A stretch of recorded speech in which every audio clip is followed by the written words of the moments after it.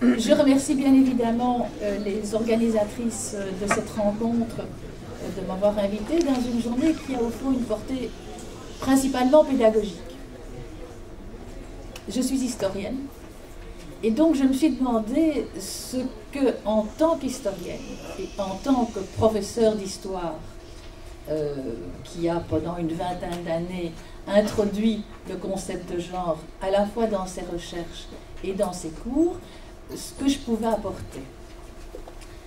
Alors mon exposé va se redonner selon un double questionnement. Et, bon, on quitte un peu la petite enfance et la socialisation que je trouvais passionnante pour faire un bond dans le temps, puisque moi j'ai surtout fréquenté des adolescents et des jeunes adultes. Et mon exposé va se redonner en fait selon deux questions. D'une part, je vais essayer de vous expliquer très rapidement et très schématiquement ce que l'introduction du genre a pu modifier dans la connaissance du passé et pourquoi ces acquis sont importants et comment peut-on sensibiliser les enseignants et les étudiants à ces acquis. Alors qu'est-ce que le genre a modifié dans la perception du passé? Eh bien, je serais évidemment bien tentée de répondre tout. Mais encore faut-il le démontrer. Ce que je vais essayer de vous faire, d'abord en vous rappelant très brièvement ce qu'a été le genre en histoire et ce qui l'a bouleversé, et comment par conséquent il a été reçu, ou plutôt quelles ont été les résistances qu'il a dû vaincre dans la communauté historienne, ce qui est tout à fait en lien avec ce qui nous intéresse aujourd'hui, puisque ces persistances sont aussi ce que l'on peut dénoncer comme persistance d'une histoire traditionnelle ou de stéréotypes qui sont toujours que l'on retrouve toujours dans les manuels scolaires. Et enfin, en revenant en boucle, cette fois-ci non plus sur mon expérience de chercheuse, mais mon expérience d'enseignante, je vais essayer de vous montrer comment je pense qu'on peut faire prendre conscience de ces acquis à la fois aux futurs enseignants et aux étudiants. Alors, qu'est-ce que le genre appliqué à l'histoire? Bon, on a beaucoup parlé de genre ce matin et donc chacun le sait. Je ne vais pas m'étendre sur ce qu'est le genre. On sait que c'est effectivement que le sexe est une notion biologique qui renvoie à la physiologie des garçons et des filles, même si très longtemps, garçons et filles, on vient de le dire, se reconnaissent par la longueur des cheveux et le vêtement. Le genre décrypte au contraire la place et le rôle dévolu aux hommes dans la société, c'est-à-dire, en fait, le genre est typiquement le décryptage de l'organisation sociale entre les sexes. Alors, c'est une notion qui ne vient pas de l'histoire, c'est une notion qui a été utilisée très précocement, notamment par des psychiatres aux États-Unis dès les années 1960, puis par des sociologues dans les années 1970, pour distinguer donc clairement entre ce sexe biologique d'un individu puis sa position sociale en tant qu'homme et femme. C'est en quelque sorte la traduction théorique de la formule littéraire bien connue de Simone de Beauvoir, « On ne naît pas femme, on le devient ».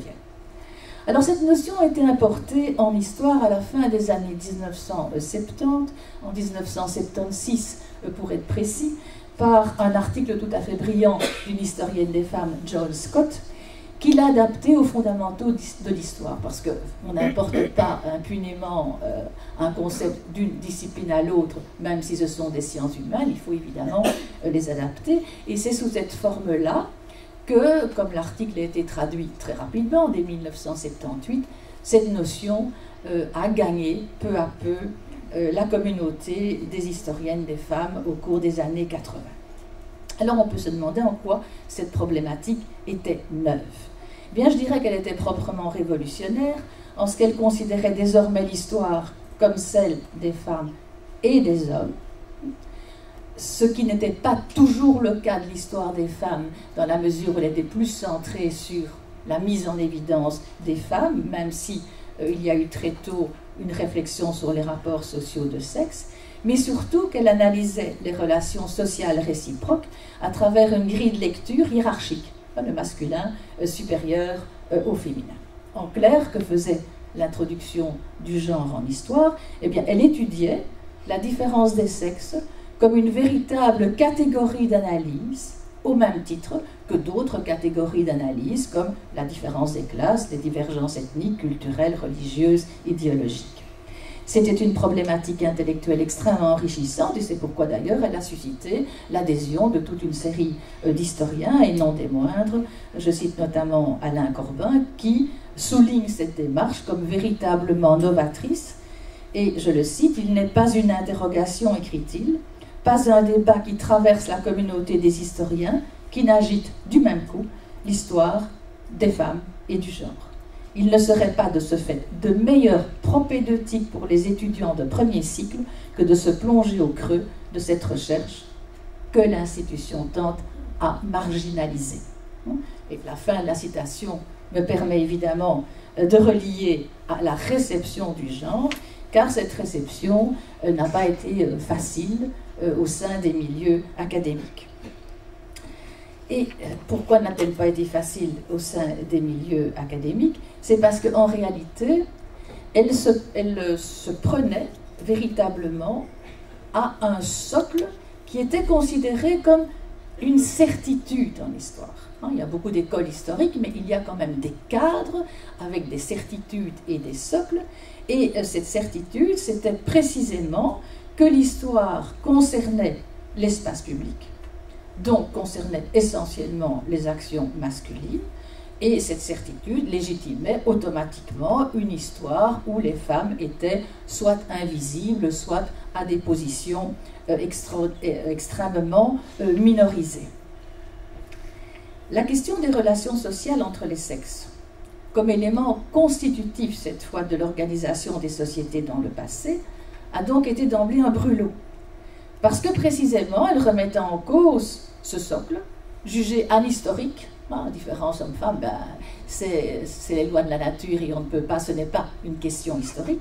Et par conséquent, elle remettait en cause fondamentalement ce qui était considéré comme acquis. Souvenez-vous la formule anglaise qui me semble très caractéristique de cela.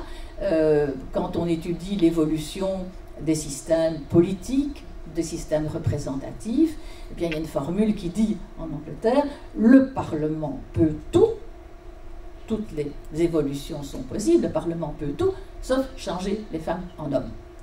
Ça, c'est effectivement le socle où on avait l'impression que n'importe quel système politique, n'importe quel système social pouvait évidemment s'inscrire au moins dans un cadre qui était stable.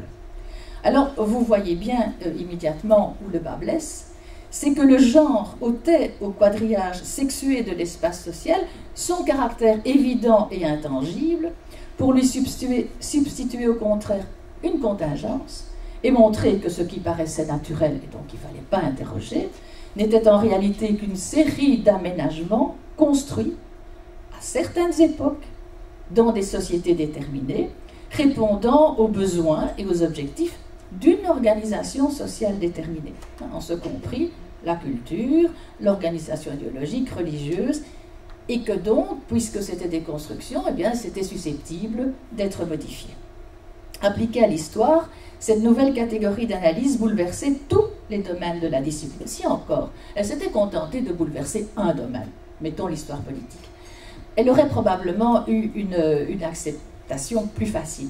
Mais au contraire, elle bouleversait absolument tout. Parce que dès qu'on introduit le genre en histoire, on s'aperçoit que tous les domaines sont modifiés. C'est un véritable tsunami, une onde de choc, car la construction de genre se révèle omniprésente. Elle détermine la structure de la famille, elle influence le système juridique, elle influence le système politique, elle pèse sur l'organisation de l'enseignement, sur l'accès des garçons et des filles aux différentes études, elle explique la ségrégation du marché du travail, etc., etc., etc. Alors, il n'est pas étonnant dans ce cas-là que les résistances aient été fortes, soit parce que les chercheurs, le plus souvent masculins, mais pas seulement, j'ai des collègues féminines qui n'étaient pas très partisans non plus d'accepter de retravailler leur matière sous l'angle du genre. Pourquoi? Parce que bon, cela implique qu'il fallait changer les problématiques, revoir de fond en comble la manière de penser et surtout les notes de cours. Soit parce qu'il